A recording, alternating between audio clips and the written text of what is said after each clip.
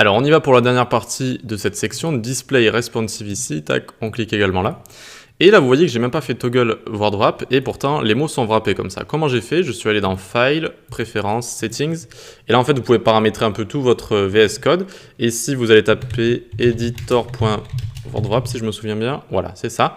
Et vous allez mettre sur On, hein, comme ça le fera automatiquement pour chacun de vos fichiers. Ok, plus besoin à chaque début de leçon de faire Toggle Word Wrap ici. Donc on va bien ici dans Display Responsive, on descend, tac, et tout simplement dans cette leçon on va voir comment rajouter les valeurs donc, de display à nos éléments avec des classes Bulma.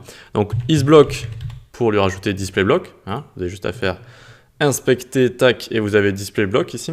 Ensuite, donc, on peut donc rajouter Flexbox sur le conteneur pour utiliser Flexbox avec ses items. Tac, donc vous voyez que là, le 1, 2, 3, ils sont passés les uns à la suite des autres, c'est des flex items. Et donc, on peut utiliser Flexbox avec ces items-là. Ensuite, inline is inline, et inline block, vous l'aurez deviné, is inline block. Is inline block. Voilà, maintenant on va voir, assez intéressant, comment cacher des éléments ou leur rajouter tout type de display suivant la largeur d'écran. Par exemple, ici, on veut cacher de 0 à 768 pixels, donc pour les mobiles. On va rajouter d'abord is hidden, donc ça va le cacher. Donc là, regardez, hop, il y en avait un ici, le premier texte, il vient de se cacher, ça lui met display none, et on lui dit juste pour les mobiles, donc mobile comme ça, tac. Et donc, il va être caché de 0 à 768 pixels, ça veut dire que là, je suis au-dessus. Et si je descends en dessous, eh bien, il va se cacher, se montrer, se cacher, se montrer. Voilà, donc là, c'est pour un seul type d'écran. Donc là, ça va être pour les mobiles. Ensuite, on va le faire pour... Hop, je le copie ici d'abord. Tac. On va le faire donc pour tablette. Et ensuite, on rajoute only. Donc pour les mobiles, on ne rajoute pas only. Mais ensuite, pour tout ce qui est tablette, desktop, widescreen, etc., on rajoute only. Donc ensuite, on a desktop only, hop, on a widescreen only, tac.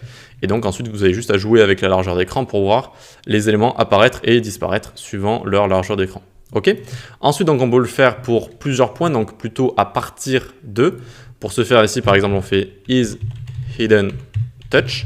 Donc là, j'avoue qu'il ressemble beaucoup à is hidden mobile ici, sauf qu'il va jusqu'à 1023 pixels, d'accord. Là, il est caché, hop, il est ici, d'accord, caché de 0 à 1023 pixels. Donc là, je repasse en dessous, tac, ça va le cacher. Donc ensuite, à partir de, c'est-à-dire, on met juste is hidden et tablette, par exemple. Et donc, à partir de 769 pixels, eh bien, on ne va plus le voir. Là, on ne le voit plus, on ne le voit plus, on ne le voit plus. Et si je descends en dessous, regardez, hop, il est ici, il vient d'apparaître. Voilà, vous pouvez faire le test chez vous si vous voulez. Et donc, c'est parti, on peut faire les autres également. Is hidden desktop, tac. Donc là, je le fais à la main. On aurait pu faire un petit copier-coller pour faire plus rapide. Widescreen et Full HD. Voilà le dernier type d'écran. Is hidden Full HD. Et voilà, donc à partir de 1408 pixels, eh bien on ne le verra plus. Regardez, il est tout en bas là. On monte et tac, il a disparu. Ok. Donc voilà, ça c'est juste pour ajouter les valeurs de display facilement avec des classes et notamment aussi de manière responsive.